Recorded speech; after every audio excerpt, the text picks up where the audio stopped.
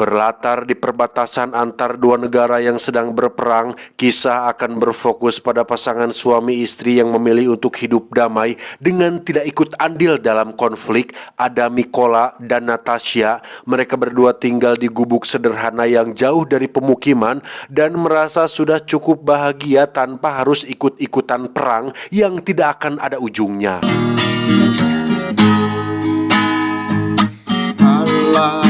Hanya untuk mengejar laki-laki lain.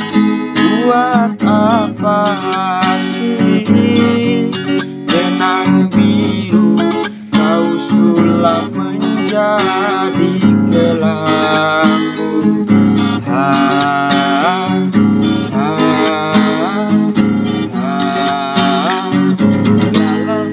Mykola sendiri adalah seorang guru matematika yang setiap hari berangkat mengajar menggunakan sepeda tuanya, sedangkan Natasha sendiri mengurusi rumah sambil sesekali melukis dan membuat karya seni sesuai dengan hobi dan bakatnya.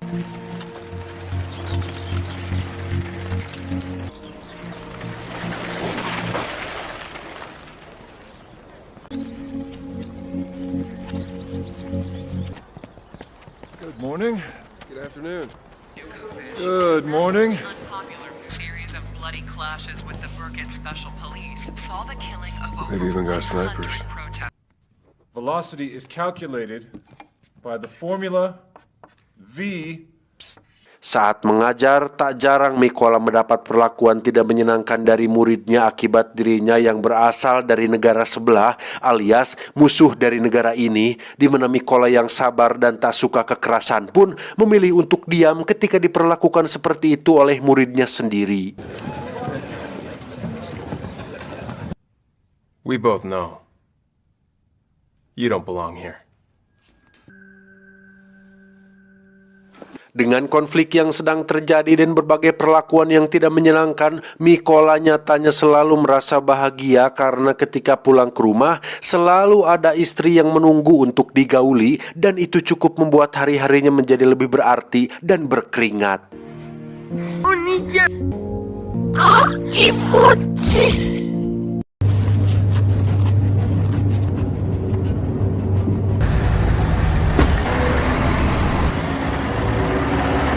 Keesokan harinya ketika akan berangkat mengajar, Mykola melihat dua tentara musuh sedang berjaga di jalan yang sering dia lalui yang tanpa curiga sedikit pun, dan karena memang dia cinta damai dan tidak peduli dengan konflik yang sedang terjadi, mau itu musuh atau tentara negara ini, Mykola tetap melanjutkan keberangkatannya, yang mana saat sudah sampai di sekolah, dia tidak menemukan satu orang pun di sana, dan setelah melihat berita di televisi, dikabarkan jika konflik perang ini semakin memanas dan para tentara di negara ini diturunkan untuk menghabisi mata-mata yang dicurigai telah membantu negara musuh memerangi negara ini. Saat itulah Mykola segera pulang ke rumah dan menemukan dua tentara tadi sedang menyiksa dan baru saja selesai memperkosa istrinya, di mana mereka berdua menganggap jika Natasha adalah mata-mata yang ditugaskan untuk mencari informasi, yang meski Mykola sudah menjelaskan jika dia adalah istrinya, mereka berdua tetap menyiksa dan membakar rumah mereka berdua, yang ketika Natasha kesal dan bermaksud untuk melempar mobil tentara mereka dengan batu, tiba-tiba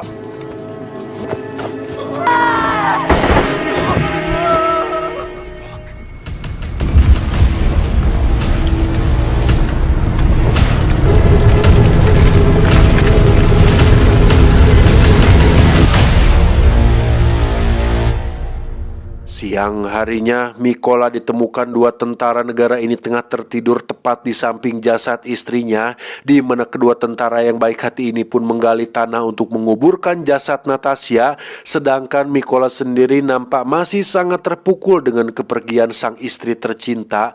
Yang di tengah puing-puing reruntuhan rumahnya, Mykola menemukan satu patung kayu buatan istrinya untuk dibawa dan disimpan sebagai kenangan-kenangan terakhir mendiang sang istri tercinta.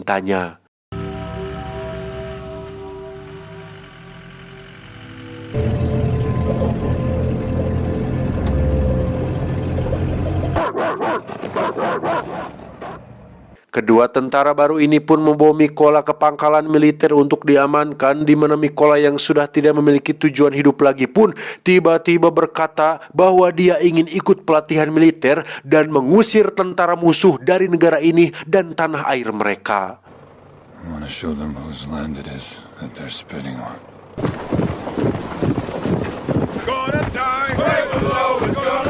Pada awalnya Mikola mendapat kesulitan dalam berbagai jenis latihan karena ya wajar saja sebagai seorang guru matematika yang cinta damai, anti kekerasan, dan tidak pernah latihan fisik, hal ini cukup sulit baginya. Tetapi dengan motivasi yang kuat dan timing yang tepat, tak butuh waktu lama bagi Mikola untuk bisa menjadi sosok baru, bahkan lebih unggul dari semua kandidat atau relawan yang ada.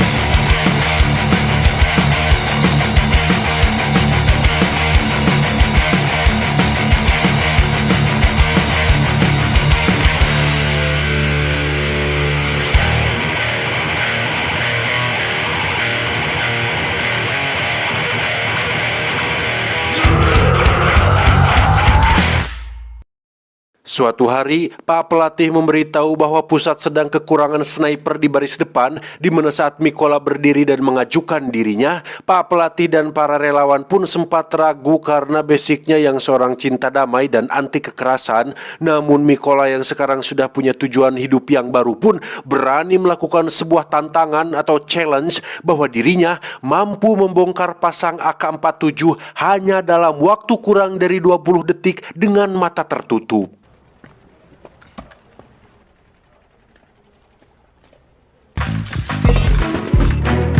In 18 seconds! Dan ya, Mikola yang sekarang punya nama baru yakni Raven pun berhasil melakukannya dalam waktu hanya 18 detik saja, di mana Bapak Kapten yang menyaksikan ini pun melihat sebuah potensi besar pada diri Raven alias Mikola untuk bisa menjadi seorang prajurit tangguh yang tak terkalahkan.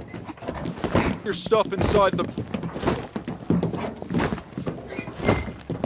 Singkat cerita, Raven dan beberapa relawan terpilih pun dipindahkan ke tempat pelatihan khusus sniper, di mana mereka semua diberikan senapan berjenis SVD atau senapan runduk Dragunov, dan hanya Ravenlah satu-satunya relawan yang diberikan senapan berbeda, yaitu senapan biasa yang sudah tua, yang hal ini sengaja dilakukan karena Raven tidak punya basic militer dan masih baru dalam dunia kemiliteran. Meski diperlakukan berbeda dan selalu mendapat perlakuan tak sama, Raven menunjukkan mental dan tekad kuatnya ketika dia tidak bergeming sedikit pun ketika instruktur menembak tepat di samping tubuh para relawan, yang hal ini merupakan sebagian dari pelatihan sniper bahwa aturan dasar seorang sniper adalah tetap tak terlihat dalam keadaan apapun.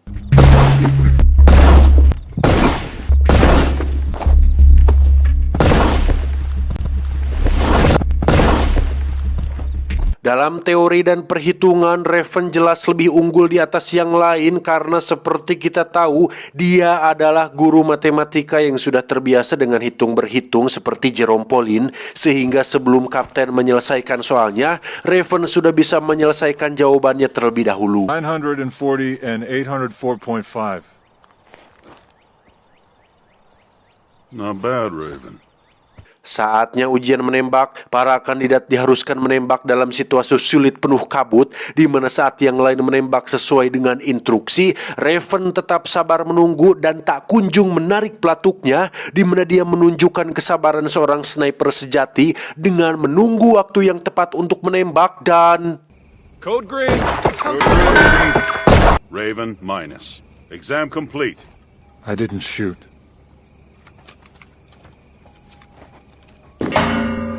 +3, Raven. Raven akhirnya resmi diterima di kompi pertama sebagai sniper utama di baris pertama atau di baris depan, yang saat itu juga langsung dikirim dalam misi pembersihan tentara penjaga bersama kaptennya sendiri, di mana Raven dan tim harus membersihkan area tersebut supaya jalur warga sipil bersih dari tentara musuh yang berjaga.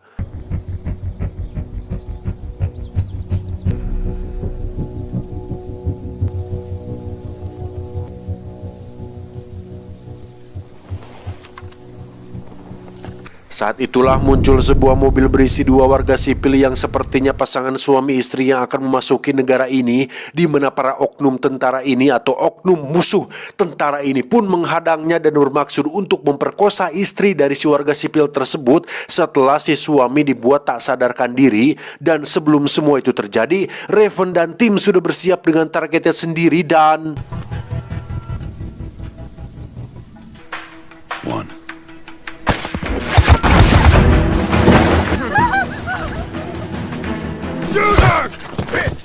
Congratulations on your first mission.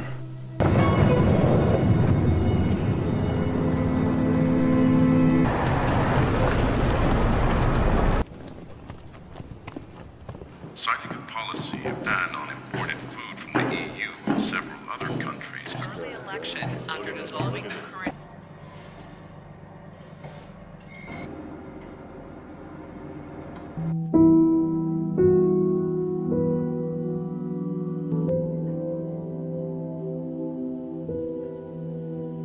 Di sisi lain, lebih tepatnya di area musuh, kita akan melihat dua sniper pihak Raven tengah merangkak perlahan di bawah terik sinar matahari, di mana tanpa sadar mereka berdua sedang diawasi oleh sniper musuh yang katanya terkenal sangat mematikan bernama Sam. Kita panggil saja Samsul. Ini bebenguknya yang rupanya sudah berjam-jam mengawasi dengan sabar mereka berdua dan sudah siap untuk menembak. Namun sebelum itu, Samsul merekam aksinya menggunakan alat perekam untuk sebagai kebanggaan atas kemampuannya yang hebat tersebut.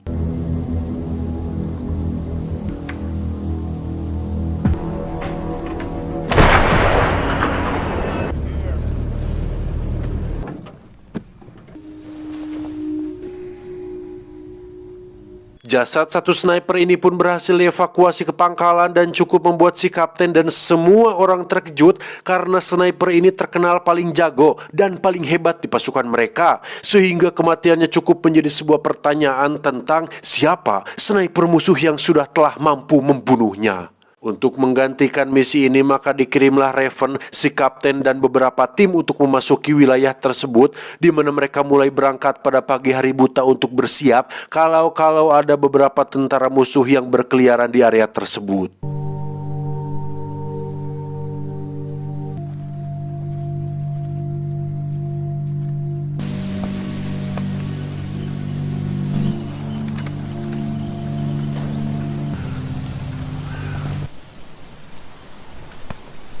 Plus.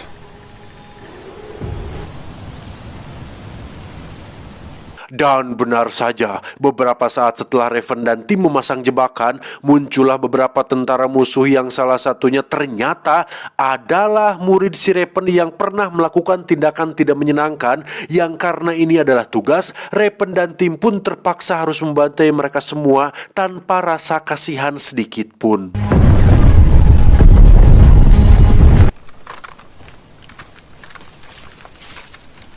Who's Ivan? My former student from Horlivka. Setelah berhasil membantai pasukan pertama, Raven dan kapten pun berhasil masuk ke pos pertama yang di situ mereka perlahan merangkak untuk mengawasi dua tentara yang sedang berjaga, yang setelah disidik-sidik, kedua tentara tersebut ternyata adalah pelaku yang telah memperkosa dan membunuh Natasha istrinya, yang mana saat si kapten menyuruh Raven untuk bersabar dan jangan dulu menembak, hasrat-hasrat dendam dalam diri Raven pun seketika menyeruak yang membuat jarinya tidak tahan untuk menarik pelatuk. Shut down. Dan ya, Raven berhasil membunuh satu dari dua pelaku tersebut. Tetapi masalahnya sekarang adalah posisi dia dan si kapten berhasil ketahuan, sehingga satu pelaku yang tersisa pun langsung memberitahukan posisi tersebut, sehingga si sniper Samsul berhasil membunuh si kapten dengan cukup mudah. Sniper at 10 o'clock.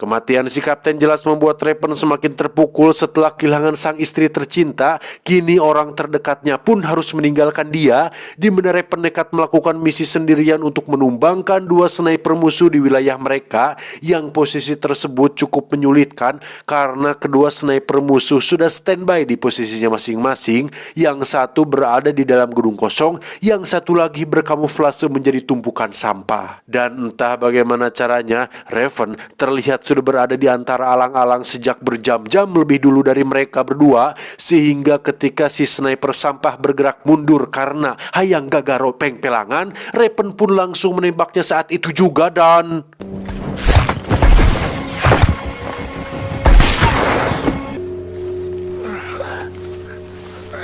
beberapa waktu berlalu, Raven pun dipanggil ke pangkalan pusat yang di situ sedang terjadi masalah serius ketika si sniper Samsul mempublikasikan rekaman video miliknya ketika membantai 5 sniper mereka dan 3 penembak senjata mesin termasuk si kapten, yang mana tujuan daripada dipublikasikannya rekaman tersebut adalah untuk menakut-nakuti pasukan di negara ini dalam rangka menekan mental semua tentara yang ada.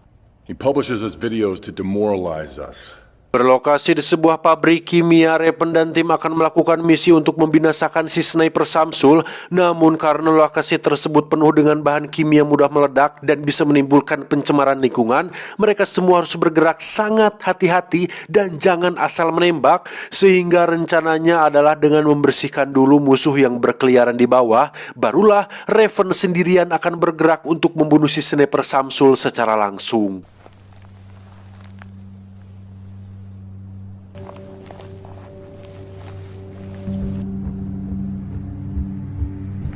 In position. Singkat cerita, mereka sudah sampai di lokasi di mana 10 sniper ditempatkan pada jarak aman untuk siap melindungi pergerakan Raven. Sementara Raven sendiri akan bergerak masuk sendirian dengan membunuh beberapa penjaga yang tidak terjangkau. Yang salah satu dari penjaga tersebut adalah pelaku yang telah membunuh Natasha yang kemarin tak sempat dibunuh. Sehingga kesempatan ini sekaligus menjadi ajang balas dendam atas kematian istri tercintanya. Setelah Raven memberikan aba-aba, ke-10 sniper pun langsung membantai para tentara musuh yang ada di bawah, disusul dengan tembakan beruntun yang ditembakkan oleh satu pengalih perhatian, supaya si sniper Samsul tidak mendengar dan tidak menyadari jika pasukannya sudah tewas dan tak ada lagi yang akan melindungi posisinya dari bawah.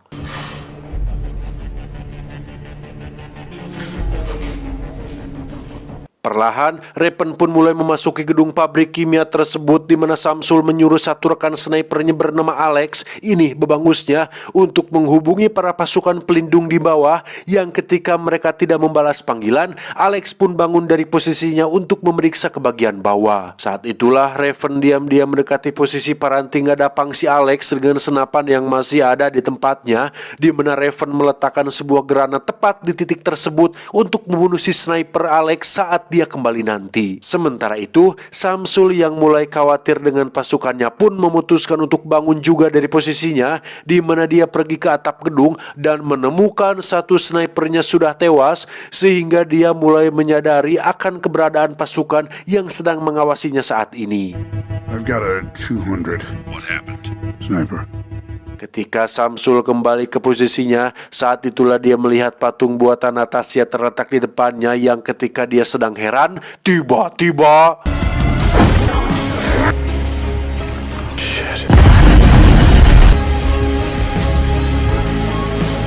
setelah Samsul dan pasukannya tewas, Raven langsung mengambil alih senapan milik Samsul untuk bersiap menyambut kedatangan pasukan bantuan, di mana saat Raven sudah menembak kapten mereka, ke-10 sniper yang berada di posisinya pun langsung memborbardir pasukan ini dan berhasil membantai mereka semua dengan cepat.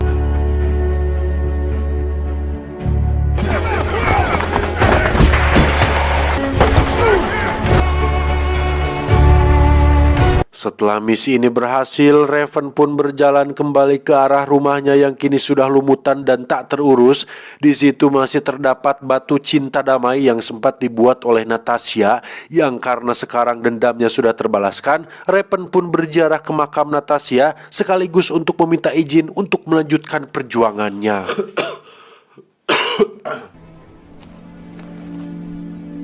Dan disinilah Raven sekarang, sebuah lokasi yang dingin di bawah hujan salju, di mana Raven akan menjadi seorang sniper handal dan profesional yang siap menembak siapapun dan apapun yang terlihat, tidak terkecuali bajing, cangkurileng, manuk piit, hayam tatanga, dan segala jenis objek hidup yang lainnya. Dan inilah sniper The White Raven. Guide thy hand, O Lord. Amat ending yang cukup mengrevenkan. Pesan yang bisa kita ambil dari film ini adalah perang adalah permainan yang bisa dimainkan dengan senyum di wajah, tetapi tidak akan ada tawa di hati. Perang tidak pernah menjadi solusi abadi untuk masalah apapun.